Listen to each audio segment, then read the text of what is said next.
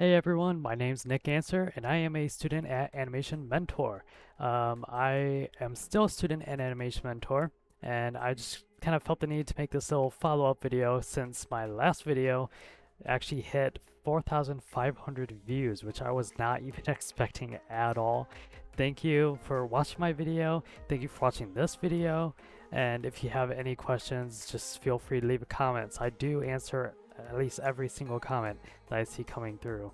Just try to really give back to the community. So I felt the need just to make this little short video, just kind of catching up on where I am, what I've learned so far, and kind of give back some information that may help you if you are just starting at Animation Mentor. I am currently in AN05, Class 5. Still, this is the fourth time I will be retaking this class, and that doesn't really mean much because everyone learns at a different pace. So whether you could just go straight through class, that's awesome, good for you. But animation is hard. It's hard to learn, whether body mechanics or just acting, trying to combine the two, maybe just working in Maya, that can be a struggle on its own sometimes.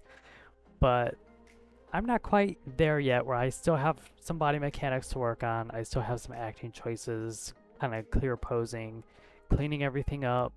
So it is getting better still, but I'm just not quite at that level to move on to Class 6. Now, if you're not familiar with Animation Mentor, the way it's kind of set up is Class 1 through 5 is mostly all your actual animation learning. And then Class 6 is more dedicated just for your reel. So you will work on and polish up all your previous shots, along with maybe possibly making a new shot for your reel, or just kind of filling in the gaps and getting your reel ready, put together, so you can get out there and start applying for a job as soon as you graduate. And it really kind of goes to show how much work they put into it, because just about everyone I known who's went through Animation Mentor, who graduated, they went out and got a job in the industry fairly quickly. Maybe not right away, but at least like a couple months later, or some of them even before they even graduate, they already have a job lined up, which is really great to see. Really shows that as long as I can pass the class, I have a pretty good chance of getting a job. Now, when you graduate, you need to kind of be realistic about where your level is. You're not gonna go out and get a job at Disney right away. You can if you're a really good animator, which if that's the case, good for you. But you gotta take baby steps. You know, you graduate, you find a studio, maybe you're working in advertising, maybe you work in feature film, maybe you work in TV. There's all kinds of different places where you can work in animation, and just kind of find what you love to do, because I think that really also shows in your work. And while you're working, whether it's at a smaller studio or a game development company, something, that work can eventually also apply to your reel. And as you work, that's kind of adding on to your shots, kind of making you a better animator. You can use that to get better jobs, you know, work your way up the ladder that way. A couple of notes I have so far is time management. That is really like a make or break part of the class. Is do not do what I did first couple times and just save it all for like Friday, Saturday, Sunday. Just work as much as you can. You will not get good outcome of that. I find it much easier when you just kind of work on shots in chunks. At least in Class 5, we're working on 3 different shots, sometimes 4 or 5. Really depends on what your dialogue has, how you work it out. But when working in animation, you want to keep your eyes fresh. You want to keep working on something new, so you can catch those hitches and catch the little bugs, smooth it out, really make it the best it can be. Sometimes that means you have to take breaks, which is perfectly okay, but you have to try to get yourself excited and kind of get back into that shot. When you're first choosing, at least in class, we pick our own dialogue, we work on our own shots that way. So we have to try to pick something that you're excited to work on, that you want to work on, that you're willing to put in enough time and effort into learning as much as you can, but also not so much where you're just exhausting yourself every single day. What I typically do is, so I work 7 to 4. I would come home, maybe I'll eat or something, and then about 6 to 10-ish is when I just work on animation. Most of the time I work on like one shot at a time, just to kind of keep things fresh. And then if I kind of start getting tired of the shot, okay, I'll move on to shot 2, work on it that way. Kind of helps kind of break up, and because you're working on it in chunks, you actually get quite a bit further within the week than 2 or 3 days just over the weekend trying to get it all done. What also helps too is make a list. Go through your shot, whether it's, you know, your mentor gave you feedback or someone on campus or maybe someone in Discord or somewhere else. Make a list of everything you need to work on. Prioritize what you need to work on. So maybe if it's like more body mechanics, you want to kind of prioritize that a little more than, you know, some little slight facial poses issues, or I mean, it really depends on where you are in your shot at the time too. One of the great things Animation Mentor has is they call it dailies.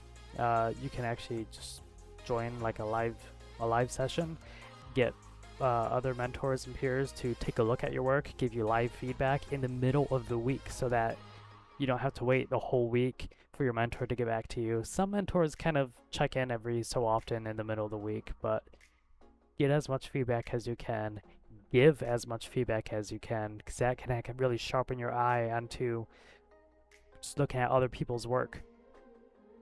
Okay, you know, this little hitch here, but then you kind of store that in your brain, and then looking at your shot, oh, I have a little hitch here.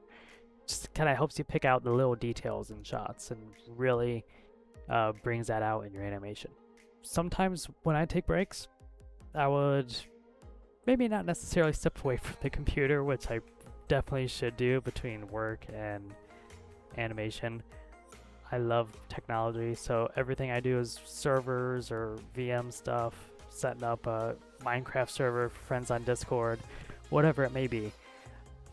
But also, if you take breaks and watch, say, a movie or a TV show or whatever it is, and you find something that just kind of stands out to you, maybe it's a little interesting, maybe you just find the character really funny, whatever it is, take a clip of that and frame through it. Go through it and try to pick out those key poses. Try to find what makes that so appealing to you.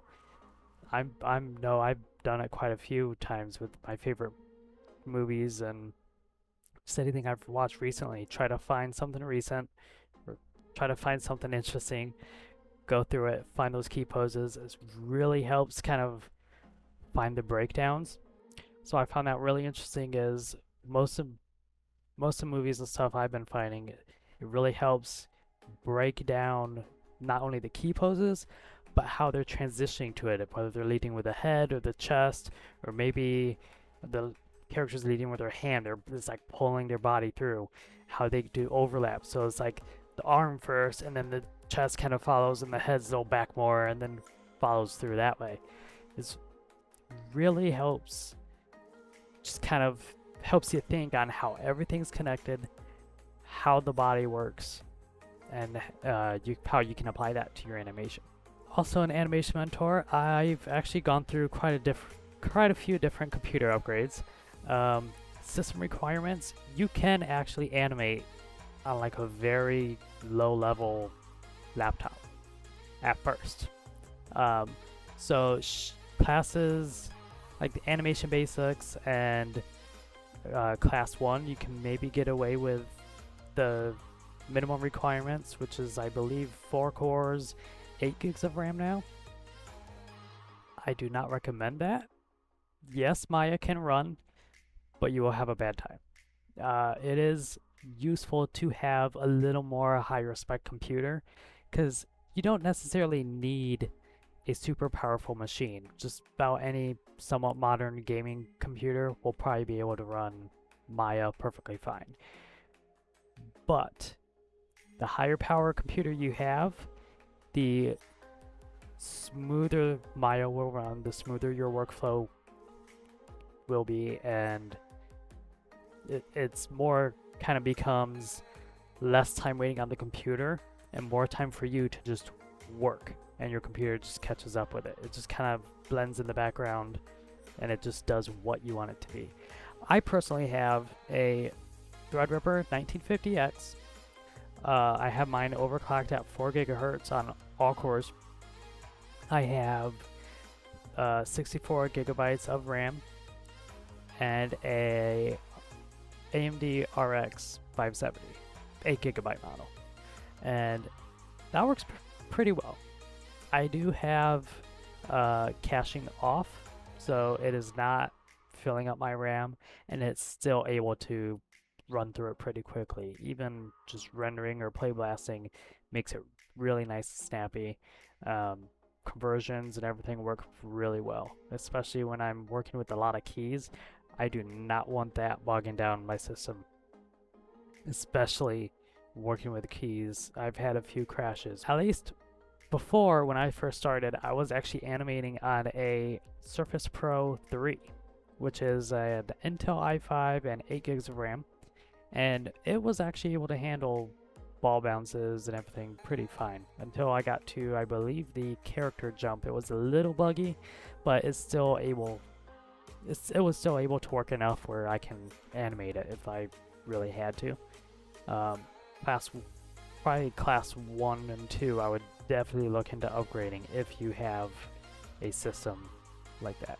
Alright, and I think that's really about all I had to say so far. If you watched it this far, thank you for watching. I was not really expecting my first video to take off as much as it did, but that's amazing. If you have any questions or comments, please leave that in below. Any suggestions, leave in the comments below. I've been thinking about doing a stream. If anyone's interested, let me know in the comments. That would be kind of interesting to do, kind of like a live Q&A, or just kind of come hang out if you want to see me work on my 4th shot of AN05, and just keep animating, keep at it. And if you're interested in Animation Mentor, I highly recommend at least just trying it. Just try doing like the Maya Basics workshop. It's really great. It's really just basic. Shows you the idea of how.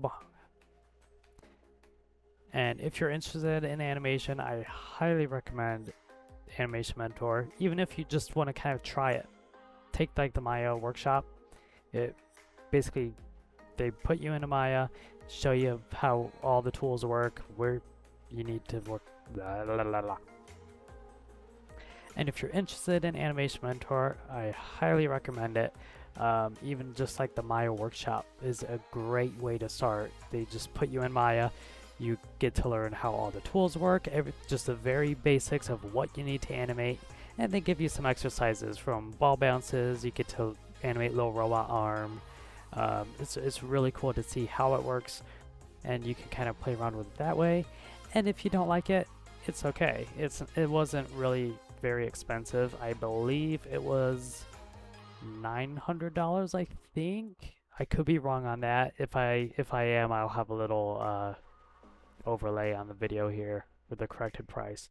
But it wasn't too bad, especially if you're just learning.